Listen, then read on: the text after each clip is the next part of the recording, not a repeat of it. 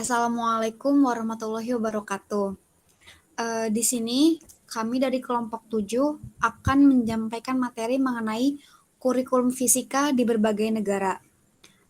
Adapun anggota dari kelompok 7 ini adalah yang pertama saya sendiri, Baik Fatona, selaku moderator dan pemateri pertama. Lalu ada Lia Fadilah Aprilia selaku pemateri ketiga, dan ada Afifan Nurfadilah selaku pemateri kedua. Untuk materi-materi yang akan dijelaskan, yang pertama meliputi pengertian kurikulum. Nah, kurikulum sendiri merupakan suatu rencana yang memberikan pedoman atau pegangan dalam proses kegiatan belajar mengajar. Kurikulum memiliki 4 komponen. Yang pertama ada komponen tujuan, lalu ada isi kurikulum, metode atau strategi pencapaian tujuan, dan yang terakhir ada komponen evaluasi. Keikutsertaan Indonesia dalam studi International Trends in International Mathematics Science Studies ini menunjukkan bahwa pencapaian anak-anak Indonesia tidak menggembirakan. Hal ini terlihat dari seberapa jauh anak tersebut dapat melakukan proses pembelajaran. Menurut studi TIMSS pada tahun 2011, lebih dari 95% siswa Indonesia hanya pada sampai level menengah di Malaysia, antara negara Malaysia, Thailand, dan Saudi Arabia. Nah, hal ini berarti harus adanya pembenahan dalam pengembangan kurikulum di Indonesia agar kurikulum dan struktur kurikulum di Indonesia ini mencapai pada struktur kurikulum internasional. Lalu, pengembangan kurikulum ini juga harus berawal dari pendekatan Grastos, yang berarti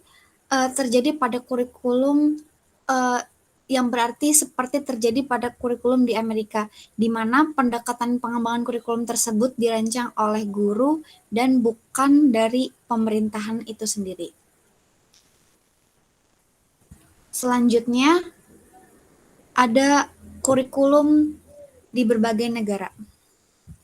Setiap negara umumnya memiliki metode dan sistem mereka sendiri dalam bagaimana mereka melakukan proses sistem belajar di negaranya. Nah, pendidikan adalah hal yang sangat penting bagi suatu negara. Oleh karena itu, kebutuhan akan kurikulum ini juga sangat penting bagi setiap siswa. Berdasarkan artikel 20 Best Education System in the World yang ditulis oleh MBC Times pada tahun 2017, mereka menyebutkan bahwa bangsa Indonesia memiliki sistem pendidikan yang buruk dalam beberapa daftar yang mereka lakukan. Nah, pada artikel tersebut juga dijelaskan bahwa tim dari Pearson Group itu umumnya selaku melakukan penilaian secara terus-menerus terhadap siswa di berbagai dunia. Nah, untuk posisi dari sistem pendidikan yang paling bagus ini dicapai oleh Finlandia, karena Finlandia setiap tahunnya selalu menyajikan proses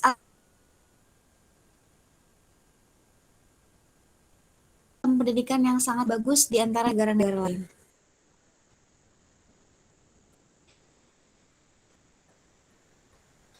Dan untuk pembandingan sistem pendidikan kurikulum di negara-negara lain, yang pertama ada di Finlandia. Kurikulum di negara Finlandia ini hanya sebatas dari pedoman saja dan bersifat fleksibel. Jadi kurikulum di Finlandia ini sangat fleksibel dan hanya sebatas pedoman saja, berbeda dengan Indonesia yang cukup kaku dan tidak bersifat dinamis. Di negara Finlandia, umumnya guru tersebut diberikan kebebasan bagaimana caranya mereka tuh dapat mencapai target untuk proses pembelajaran tersebut.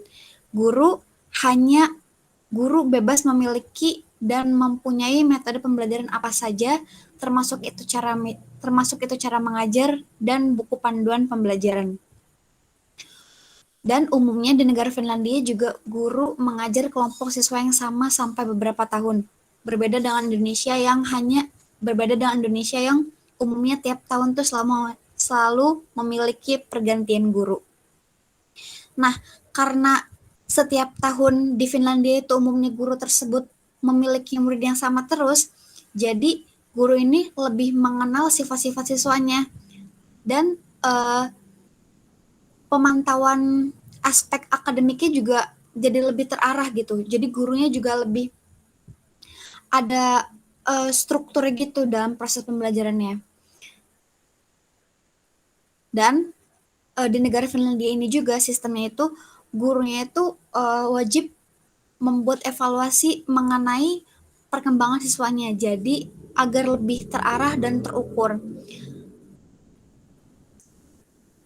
Dan karena tidak ada tidak ada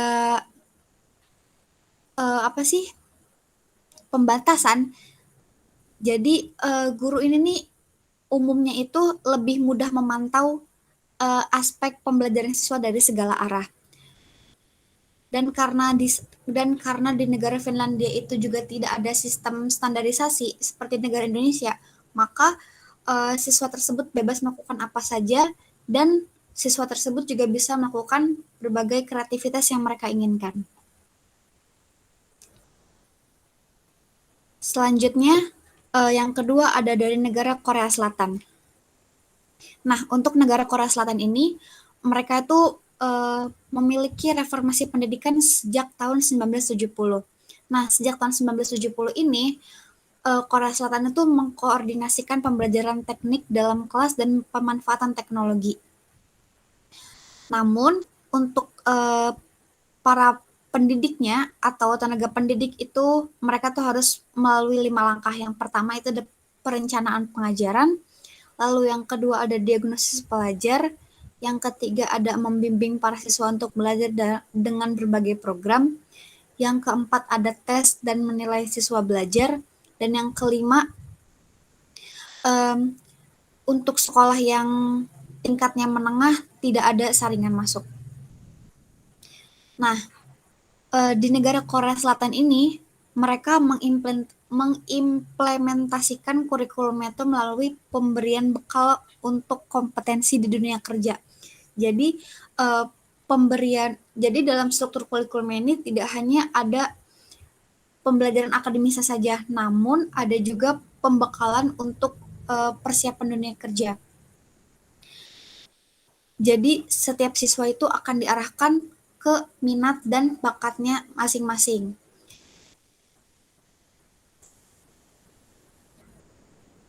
Dengan demikian, kurikulum yang ada di negara Korea Selatan tersebut umumnya akan dikembangkan oleh Dewan Pendidikan Sekolah atau orang yang berurusan dengan pendidikan tersebut, bukan dari pejabat-pejabat di tingkatnya, bukan dari pejabat-pejabat pemerintah.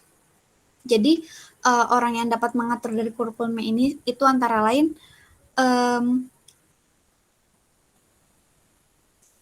ada guru, lalu ada dewan-dewan sekolah dan lain-lainnya. Nah, karakteristik yang harus dimilikinya itu antara lain dan karakteristik dalam pengembangan kurikulum tersebut yang harus dimiliki antara lain itu meliputi aspek lingkungan belajar, aspek siswanya, aspek daerahnya, dan untuk perkembangan tingkat dimensi globalnya. Lalu untuk selanjutnya ada dari negara Jepang yang akan disampaikan oleh pemateri kedua. Kepada Lia dipersilahkan.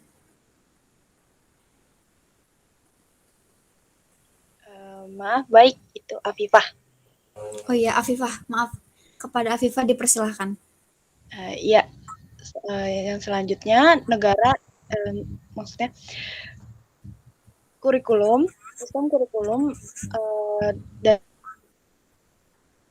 selanjutnya dari negara selanjutnya yaitu Jepang. Pendidikan moral di Jepang diintegrasikan ke dalam kurikulum pendidikan dan telah menjadi bagian tak terpisahkan dalam mata pelajaran lainnya. Kurikulum pendidikan di Jepang ini terdiri dari 3 kategori. Yang pertama itu mata pelajaran akademik, wajib dan pilihan. Yang kedua itu pendidikan moral. Dan yang ketiga yaitu kegiatan khusus. Kurikulum sekolah ditentukan oleh Menteri Pendidikan yang kemudian dikembangkan oleh Dewan Pendidikan Distrik dan Kota.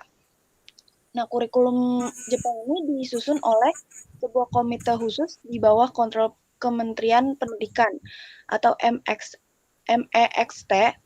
Komisi kurikulum terdiri dari praktisi dan pakar pendidikan, wakil dari kalangan industri, dan wakil MEXT-nya sendiri.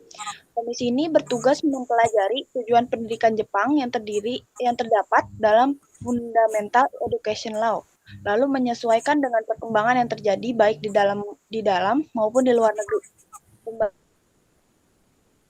Terjadi setiap 10 tahun sekali. Next. Yang negara selanjutnya yaitu negara Singapura. Sekolah diizinkan untuk menawarkan Applied Grade Subject atau AGS sebagai tambahan atau pengganti kurikulum untuk menawarkan berbagai pilihan kepada siswa. AGS ini secara umum mengajak murid untuk berlatih atau berorientasi pada pendidikan seperti politeknik. Selain itu, di setiap kelas terdapat liquid crystal display atau LCD untuk proses pembelajarannya. Nah, pada level sistem, Kementerian Pendidikan Singapura bersifat sangat fleksibel dengan melepaskan kontrol dan memfasilitasi guru dan sekolah dalam melakukan tugasnya.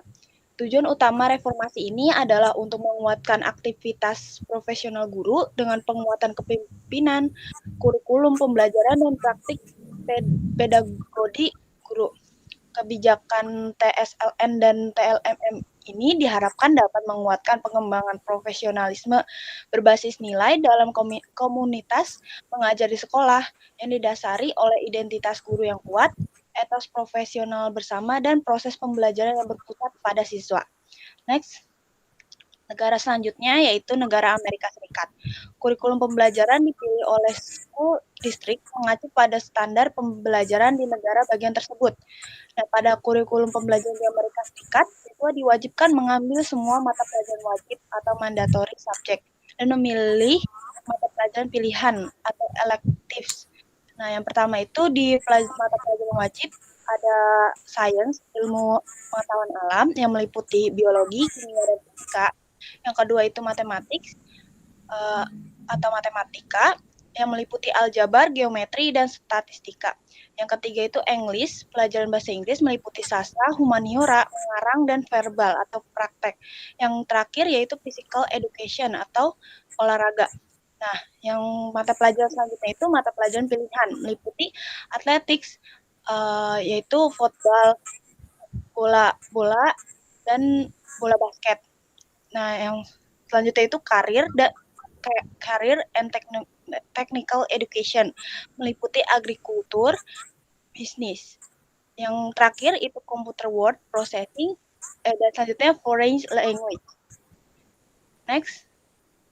Nah, kita masuk ke pembahasan selanjutnya yaitu kurikulum fisika di berbagai negara. Yang pertama ini dari negara kita sendiri yaitu Indonesia.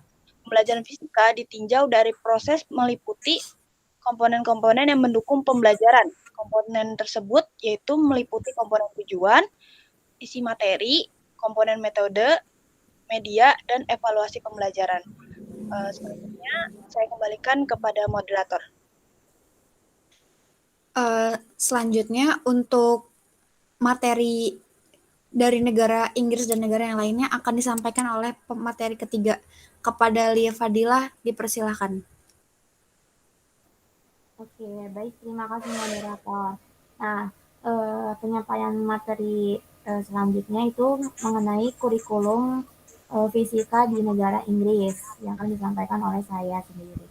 Nah, untuk kurikulum nasional sains di Inggris itu dikembangkan pada tahun 2014 sampai 2015.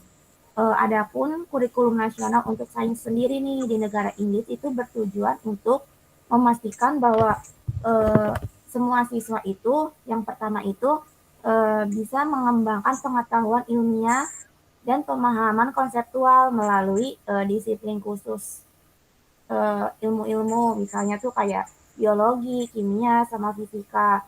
Nah, yang kedua itu bisa mengembangkan pemahaman tentang sifat, proses, dan metode sainsnya melalui berbagai penyelidikan sains yang membantu metode menjawab pertanyaan ilmiah tentang dunia di sekitar mereka. Nah, yang ketiga ini dilengkapi dengan pengetahuan ilmiah yang diperlukan untuk memahami kegunaan dan implikasi ilmu sains ini sendiri gitu untuk sekarang maupun di masa depan. Nah, program studi sains ini kalau di Inggris itu terbagi menjadi 3 tahap. Yang pertama itu tahap pertama itu mungkin diterapkan di sekolah dasar. Namun pada tahap sekolah dasar ini ilmu sainsnya itu mungkin masih dalam tahap yang levelnya itu kecil, rendah. Nah, lalu ada tahap kedua. Nah, siswa, nah dalam tahap ini tuh siswa mengeksplorasi berbagai fenomena ilmiah dan secara sistematis menganalisis fungsi, hubungan, dan interaksinya. Gitu. Terus mereka juga diharapkan membaca, mengeja, dan mengucapkan kosakata ilmiah. Nah, adapun kurikulum utamanya yaitu meliputi makhluk hidup dan habitatnya, hewan termasuk manusia, sifat, perubahan material, bumi dan luar angkasa. Nah, lalu yang ke tahap 3 nih, ada program studi untuk siswa pada tahap 3 atau sekolah menengah atas mungkin ya. Nah, fokus utamanya itu di mana itu mengembangkan pemahaman yang lebih dalam tentang berbagai gagasan ilmiah dalam disiplin ilmu seperti biologi, kimia, dan fisika. Nah, siswa itu diharapkan bisa membuat hubungan antara bidang-bidang studi disiplin ilmu yang tadi dan menyadari ide-ide besar yang mendasari pengetahuan dan pemahaman ilmiahnya gitu. Lalu kurikulum sains di tahap 3 ini mencakup konten mata pelajaran dalam kurikulum fisikanya itu yang pertama ada fisika atau gaya dan gerak,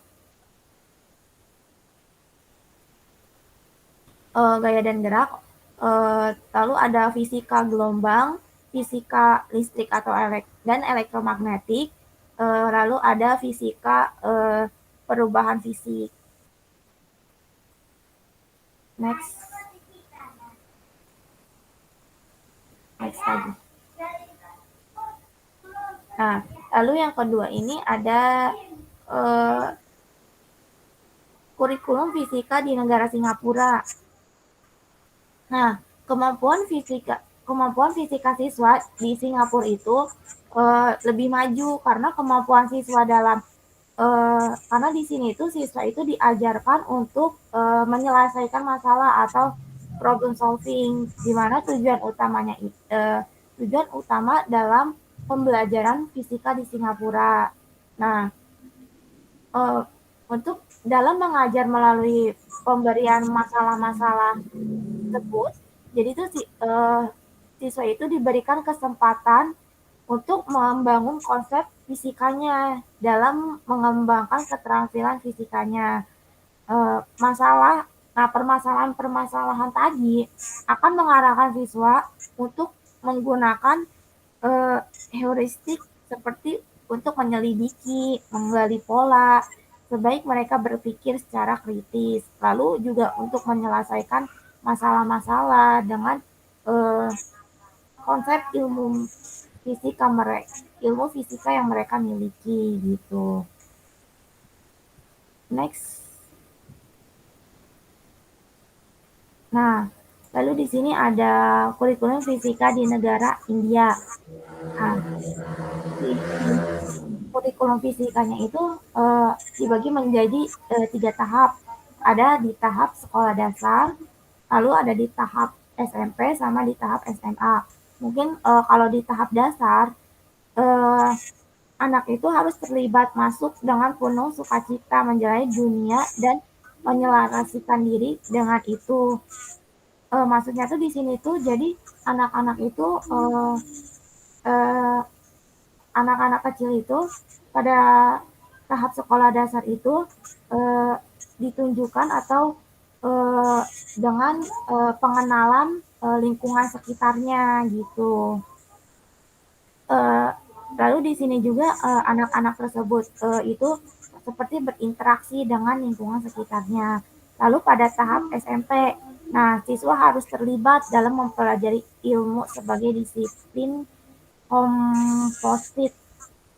Nah, terus kalau misalnya pada tahap SMP ini, jadi siswa itu bereksperimen, bukan lagi pengenalan, tapi bereksperimen sistematis sebagai alat untuk menemukan prinsip teori dan bekerja pada proyek-proyek signifikan lokal yang melibatkan ilmu pengetahuan dan teknologi menjadi bagian penting kurikulumnya gitu. Lalu yang ketiga itu ada pada tahap SMA.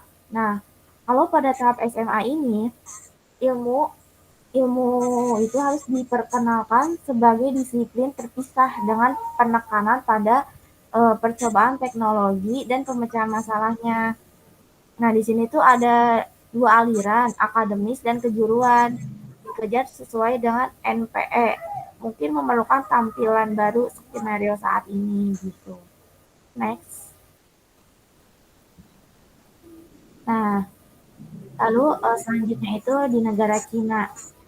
Nah, di negara Cina ini mulai dari tahun 1980-an hingga abad ke-21 itu ada banyak ide-ide baru dan metode muncul dalam bidang pendidikan fisika dan kualitas efektivitas petunjuk kelasnya begitu banyak dalam mengembangkan kemajuan dan teknologinya serta eksperimennya. Nah, perubahan ini pasti menuntut perbaikan yang relevan dari sistem pendidikan fisika itu yang menghadapi berbagai tantangannya. Nah, oleh karena itu, eh, reformasi kurikulum Cina dalam pendidikan fisika sebagian besar akan bergantung pada teoritis dan yang didirikan oleh penelitian empiris dan itu akan mengambil ke praktek secara bertahap. Nah, oleh karena itu, kondisi pendidikan fisika saat ini dan proses pembangunan serta praktek yang diuraikan bersama dengan tren dan tantangan masa depan itu yang utamanya. Next. Nah, lalu di sini ada beberapa kurikulum fisika harus diberikan sebagai berikut. Yang pertama itu peningkatan literatur ilmiah dasar siswa secara umum sehubungan dengan pengembangan siswa. Lalu ada penekanan pada proses penyelidikan ilmiah dan pelatihan pada semangat kreativitas dan kemampuan praktis. Lalu menekankan hubungan antar sains teknologi masyarakat untuk mempromosikan integrasi ilmu, pengetahuan, dan kemanusiaan. Lalu yang keempat itu meningkatkan pilihan pendidikan sehingga pembelajaran siswa akan pada tingkat yang lebih besar berdasarkan kebutuhan dan keragaman kemampuan belajar individu.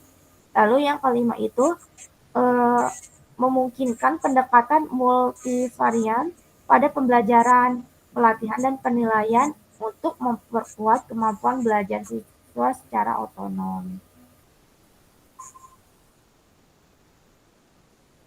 Terima kasih. Selanjutnya saya serahkan kepada moderator.